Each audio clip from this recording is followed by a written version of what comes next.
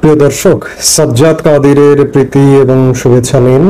এই মুহূর্তে আপনাদের সামনে কথা বলতে এসেছি জেনারেল ওয়াকারকে অপসারণ করে কাকে সেনাপ্রধান বানাবেন, এই প্রসঙ্গটি নিয়ে আপনাদের সামনে কথা বলবো। জেনারেল ওয়াকারুজ্জামান সেনাপ্রধান হিসেবে নিয়োজিত আছেন।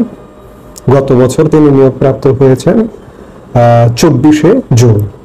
তিনি 2027 সালের 23শে জুন পর্যন্ত সেনাপ্রধান হিসেবে দায়িত্ব পালন করবেন।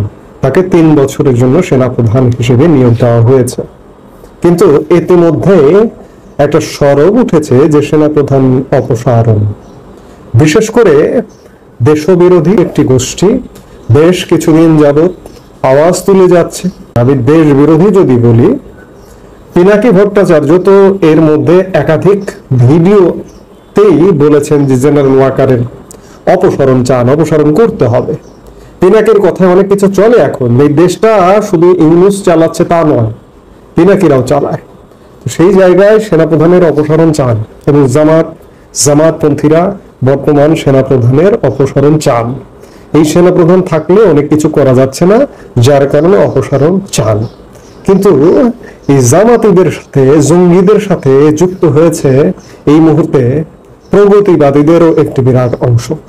কিন্তু জেনারেল ওয়াকারুজ্জামানকে যদি অপসারণ করা হয়, আপনারা চান যদি যে অপসারণ করুক, সর্বস্তরে আওয়াজ তোলেন যদি অপসারণ করুক, তাহলে কি ঘটবে? তারপরে সেনাপ্রধান কে হবে? তারপরে সেনাপ্রধান যদি আমরা নিয়ম অনুযায়ী বলি, আইন অনুযায়ী বলি, তাহলে সেনাপ্রধানের সমব্যাস সেনাপ্রধান জেনারেল ওয়াকারুজ্জামান 13তম বিএমএ লং কোর্সের ছিলেন। তার ব্যাচমেট কিংবা তার 2-1 ব্যাচ পরের যারা ছিলেন তাদের, অর্থাৎ সিনিয়র যে লেফটেন্যান্ট জেনারেল যারা ছিলেন, lieutenant general Mujibur Rahman, lieutenant general Saiful Alam, lieutenant general Tabrez, তাদেরকে কিন্তু অবসরে পাঠিয়ে দেওয়া হয়েছে। অন্যান্য বাহিনীতেও অবসরে পাঠিয়ে দেওয়া হয়েছে, যেমন পুলিশ বাহিনীর সকল অতিরিক্ত আইজিপিকে অবসরে পাঠানো হয়েছে 5 আগস্ট ক্ষমতা পরিবর্তনের পরে। এমনিভাবে সেনাবাহিনীতে জেনারেল ওয়াকারুজ্জামানের পরে যারা ছিলেন তারা কিন্তু এখন নেই। তারপরে জেনারেল ওয়াকারুজ্জামানের কয়েক ব্যাচ পরে থেকে আছেন। যেমন যে নিয়ম অনুযায়ী যদি বলেন, জ্যেষ্ঠতার ভিত্তিতে যদি বলেন, জেনারেল ওয়াকারুজ্জামানের পরে যিনি সর্বজ্যেষ্ঠ তিনি হচ্ছেন লেফটেন্যান্ট জেনারেল মিজানুর রহমান শামীম। তিনি chief of general staff CGS হিসেবে এই মুহূর্তে কর্মরত আছেন। তিনি 17তম বিএমএ লং কোর্সের চাকরিতে ঢুকেছেন। তিনি সর্বজ্যেষ্ঠ। ধরুন জেনারেল ওয়াকারকে সরিয়ে দিলেন, জ্যেষ্ঠতার ভিত্তিতে যদি কাউকে সেনাপ্রধান করতে হয় তাহলে মিজানুর রহমান শামীমকে করতে হবে। এরপরে যারা আছেন তারা একবারে জুনিয়র। 5 আগস্ট সরকার পরিবর্তনের পরে 2জনকে লেফটেন্যান্ট জেনারেল করা হয়েছে। এছাড়া বাকি যে আর 2জন আছেন তারাও 1 বছর আগে লেফটেন্যান্ট জেনারেল হয়েছেন। যেমন লেফটেন্যান্ট জেনারেল মোহাম্মদ শাহিনুল হক, তিনি এনডিসি ন্যাশনাল ডিফেন্স কলেজের কমান্ড্যান্ট হিসেবে আছেন। তিনি 20তম বিএমএ লং কোর্সের। মিজানুর রহমান শামীমকে যদি না করা হয়, জ্যেষ্ঠতা যদি ডিঙ্গানো হয়, অনেক সময় সেনাবাহিনীতে এমন ঘটনাও ঘটেছে যে জ্যেষ্ঠতা ডিঙ্গিয়ে সেনাপ্রধান করা হয়েছে। তাহলে শামীমকে যদি পাস করেন তাহলে মোহাম্মদ শাহিনুল হককে সেনাপ্রধান করতে হবে। এরপরে যদি তাকেও পাস করেন তাহলে lieutenant general SM. Kamrul Hasan, যিনি 1 বছর আগে 2023 সালে লেফটেন্যান্ট জেনারেল পদে পদোন্নতি প্রাপ্ত হয়েছেন, তিনি এখন সশস্ত্র বাহিনীর প্রিন্সিপাল স্টাফ অফিসার হিসেবে দায়িত্বরত আছেন। তিনি 21তম বিএমএ লং কোর্সের চাকরিতে ঢুকেছেন। এরপরে 2জন লেফটেন্যান্ট জেনারেল আছেন, একজন 23তম, একজন 24তম বিএমএ। এই 2জনকে আওয়ামী লীগ সরকার পতনের পরে পদোন্নতি দিয়ে লেফটেন্যান্ট জেনারেল করা হয়েছে। তারা একদম সর্বকনিষ্ঠ, একদম junior. Lieutenant general Foyzur Rahman বহুল আলোচিত, তাকে আপনারা তার নামও ইতিমধ্যে শুনেছেন যে তিনি কিউএমজি কোয়ার্টার মাস্টার জেনারেল হিসেবে আছেন। তিনি 23তম বিএমএ লং কোর্সের। উপরে 3জনকে ডিঙ্গিয়ে যদি করতে হয় তাহলে তাকে করতে হবে। ধরুন 4জন লেফটেন্যান্ট জেনারেলকেই ডিঙ্গালেন, তাহলে কাকে করতে হবে? লেফটেন্যান্ট জেনারেল মাইনুর রহমান, যিনি 24তম বিএমএ লং কোর্সে চাকরিতে ঢুকেছেন। তিনি army training and doctrine commander Mominshahi সেনানিবাস অর্থাৎ ময়মনসিংহ সেনানিবাসে কর্মরত আছেন জিওসি হিসেবে। এই 24তম ব্যাচের মোহাম্মদ মাইনুর রহমান অর্থাৎ 5 জন লেফটেন্যান্ট জেনারেল, তাদের মধ্য থেকে সেনাপ্রধান করতে হবে, কিন্তু তারা জুনিয়র। এখন প্রশ্ন হচ্ছে, পুলিশে অতিরিক্ত আইজিপি সবাইকে অবসরে পাঠানোর কারণে পুলিশের আইজিপি করা হয়েছে বাইরে থেকে এনে বাহারুল আলম, যার বয়স এখন 65 বছর। পুলিশের আরেকটি খুব গুরুত্বপূর্ণ unit DMP commissioner Sheikh Sajjad Ali, সব জ্যেষ্ঠদেরকে অবসরে পাঠানোর কারণে, অতিরিক্ত আইজিপিদের অবসরে পাঠানোর কারণে ডিএমপি কমিশনারও বাইরে থেকে এনে ডিএমপি কমিশনার করা হয়েছে। তার বয়স 65 বছর, অর্থাৎ চাকরির বয়স পেরিয়ে গেছেন আরো 5-6 বছর আগে।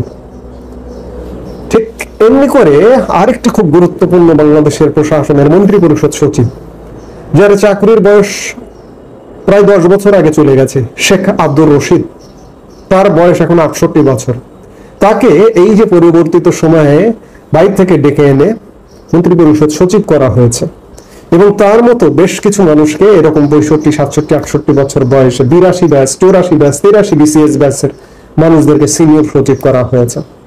আচ্ছা, প্রশ্ন হচ্ছে যে সেনা প্রধানের পরে যে পদগুলো আছে, মিজানুর রহমান শামীম ছাড়া 17তম ব্যাচ ছাড়া পরের গুলো যারা আছেন তারা সব জুনিয়র, মোস্ট জুনিয়র। নিয়ম অনুযায়ী যদি তাদের মধ্য থেকে সেনাপ্রধান করা হয়, আদৌ কি করা হবে? পুলিশে যদি বাহির থেকে আনা হয়, মন্ত্রী পরিষদ সচিব যদি বাহির থেকে আনা হয়, তাহলে আপনারা যারা জেনারেল ওয়াকারুজ্জামানের অপসারণ চাচ্ছেন, তাদের কপালে এমন ঘটনা ঘটবে, বাইরে থেকে চলে আসবে। বাইরে থেকে এমন কেউ আসবে যে জামাত বা জঙ্গিরা, দেশবিরোধীরা যেটি চায় সেরকম কেউ আসবে। আপনারা নিশ্চয়ই জানেন যে, আমি একটা উদাহরণ দিচ্ছি, এরকম আরো বেশ কিছু সেনা কর্মকর্তা আছে যারা জামাতপন্থী। গোলাম আজমের ছেলে আব্দুল্লাহ আমান আজমি, যিনি ব্রিগেডিয়ার জেনারেল হিসেবে অবসর গ্রহণ করেছেন, এমন কাউকে যদি সেনা প্রধান করা হয়, তাহলে আপনাদের কি ঘটবে? যারা জেনারেল ওয়াকারুজ্জামানকে অপসারণ চাইছেন, 3 দিন আগে এই আব্দুল্লাহ আমান আজমি একটা সাক্ষাৎকার দিয়েছেন, যেখানে তাকে প্রশ্ন করা হয়েছিল যে আপনি তো অনেক আগে ব্রিগেডিয়ার জেনারেল হিসেবে অবসর নিয়েছেন, এখন চাকরিরত থাকলে আপনি তো সেনাপ্রধান হতেন, এখন যদি আপনাকে দায়িত্ব দেওয়া হয় তাহলে কি হবে? ব্রিগেডিয়ার জেনারেল হিসেবে দায়িত্ব পালন করেছিলেন। প্রোটোকল অনুযায়ী আপনার এতদিনের সেনাপ্রধান অনেক আগেই হয়ে যাওয়ার কথা ছিল, বা সেই অন্যায়ভাবে আপনাকে বরখাস্ত করা হয়েছিল 2009 সালে, এবং এখন পরবর্তীতে সরকার আপনাকে অবসর দিয়েছে। আপনার কি ইচ্ছে হয় যে স্যার, মানে আবার আপনার এই প্রিয় বাহিনীতে ফিরে যেতে, বা আপনি মানে সেই আইনগতভাবে বা আপনি শারীরিকভাবে সেভাবে ফিট আছেন কিনা? কয়েকটা, একটা হল আইন, একটা শারীরিক, একটা আবেগ, যেটা আপনি বলেন। আপনি যদি আইন বলেন তাহলে আমার সরকারি চাকরির বয়সীমা পার হয়ে যেতে সুযোগ নাই। আপনি যদি আবেগ বলেন, আর আরেকটা কি বললাম, শারীরিকভাবে আমি এখনো 50-এর কম বলে আমার বয়স আমি ফিল করি।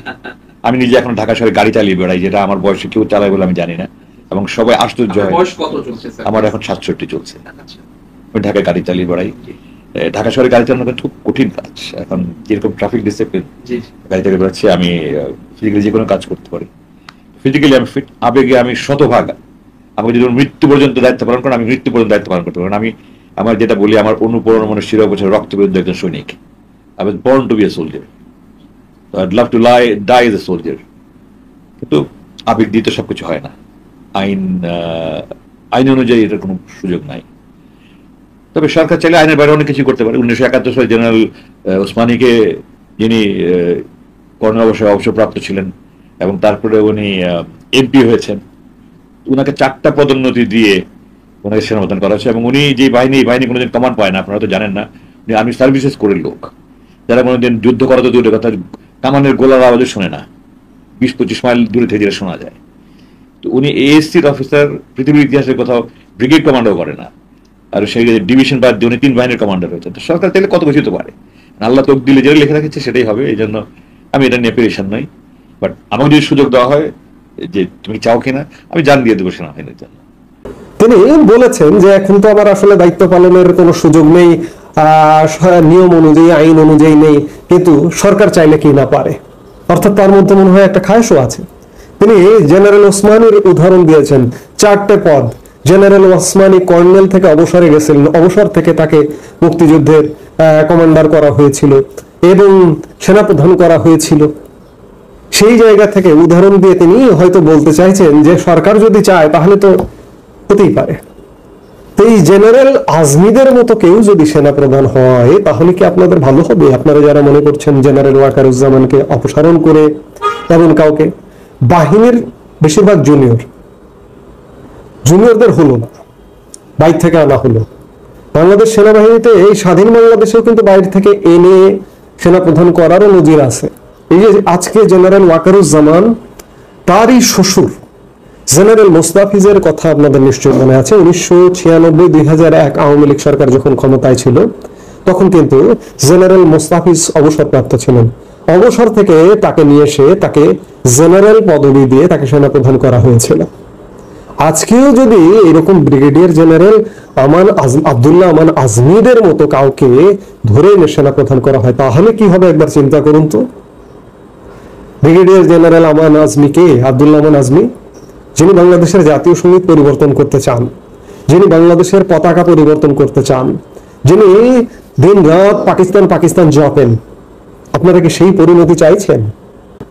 যদি না চেয়ে থাকেন তাহলে আপনাদের সবার মনে করে নিতে হবে যে, এবং সবার প্রত্যাশা করতে হবে, সবার চাইতে হবে জেনারেল ওয়াকারুজ্জামান তার পূর্ণ মেয়াদ পূর্ণ করুন এবং তার মেয়াদকালীন সময়ে তিনি বাংলাদেশকে একটা শৃঙ্খলা এনে দিন। আপনারা যদি এটি না চান তাহলে বাংলাদেশের কপালে দুঃখ আছে, আপনার আমার কপালেও দুঃখ আছে।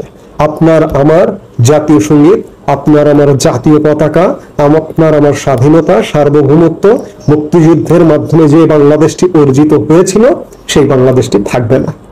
এখন সিদ্ধান্ত আপনাদের, আপনারা কি চান? জেনারেল ওয়াকারকে কি অপসারণ চান কি চান না? এই মুহূর্তে এ পর্যন্তই। সবাই ভালো থাকুন, সুস্থ থাকুন।